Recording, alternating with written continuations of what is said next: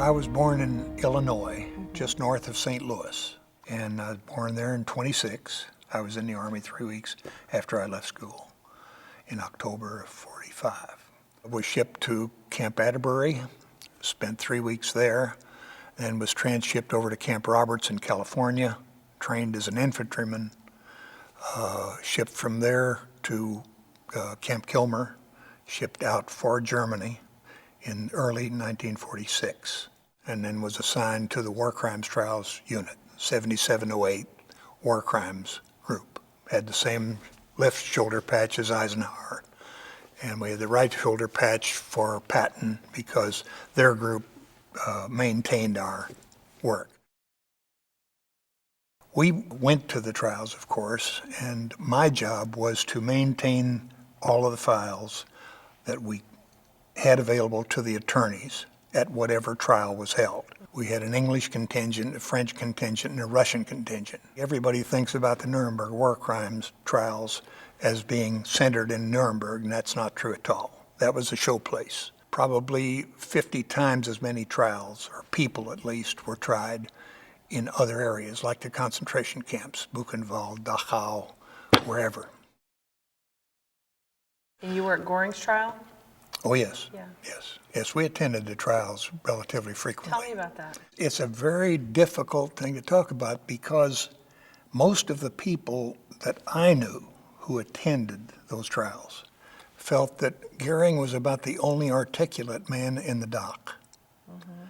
They had no respect at all for Hess or for most of the rest of the defendants, but they felt that Goering was at least organized and articulate. When he spoke, people listened. When the others spoke, people laughed, made fun of them, called them names. You could almost feel a certain tenseness when Goering was speaking or called. It was not what we wanted to hear, and we didn't accept it, but we did listen. What I remember him saying is that I held high office. I was responsible for many people, and I did what I thought was good for the German people, just as your president would do for your people. We felt that he was making too good a case, I think. Mm-hmm. We didn't expect him to make a good case. We thought he was a fat, old, bloated vestige. How do you feel about what he did? Oh, I feel it's criminal in every way. I feel that he lost it well at the beginning before we even got involved in the war. Mm-hmm. I feel that he was very selfish, very grasping. I mean, he was obviously a bandit. Mm-hmm. But we didn't know at that time what all he had done. It was only becoming obvious then. The people who guarded them had very little respect for them, but they were very closely controlled. We were all very closely controlled by our officers. What they said to us is, it's not your job to make these judgments, it's your job to provide the information, the support, and the help to these people. They would ship in 2 or 3 lawyers, make them majors on the spot. They were civilian lawyers. Make them majors. We had to billet them, put them up, get the information to them, provide the records for them, and see that they were properly supported. And as soon as the trials were over, they went back home.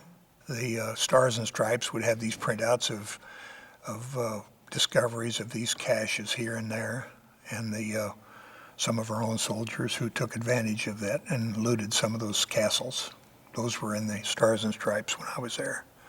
And we were all cautioned.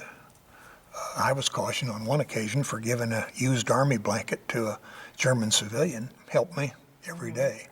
And I gave him a used army blanket, and I was threatened with being sent home because I gave him a used army blanket. I talked to the German people, not many, but some, the people who lived in it, never denied it. Their excuses were, I was only following orders.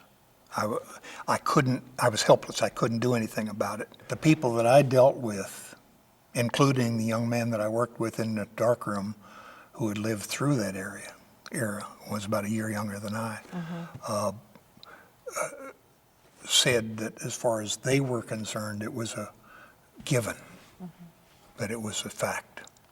And the fact that Dachau had been opened as early as it had in the 30s, and that they had had people there imprisoned without cause for many, many, many, many years, simply verified the fact that they were there because of their race, because of their religion, because of their practices.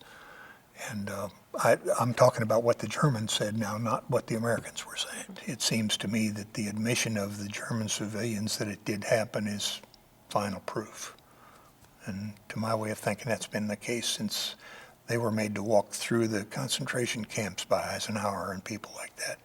And they were actually made to handle the results of those atrocities. And I applaud that kind of reaction that happened.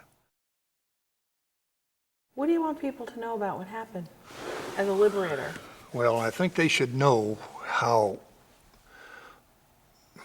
unnatural, unhuman, inhuman it was. The most emotional time I had was when I had to spend an overnight in the guard shack at Dachau. We bunked out down there, and in the middle of the night I can remember thinking, what if I was an inmate here? You know, and I remember it to this day.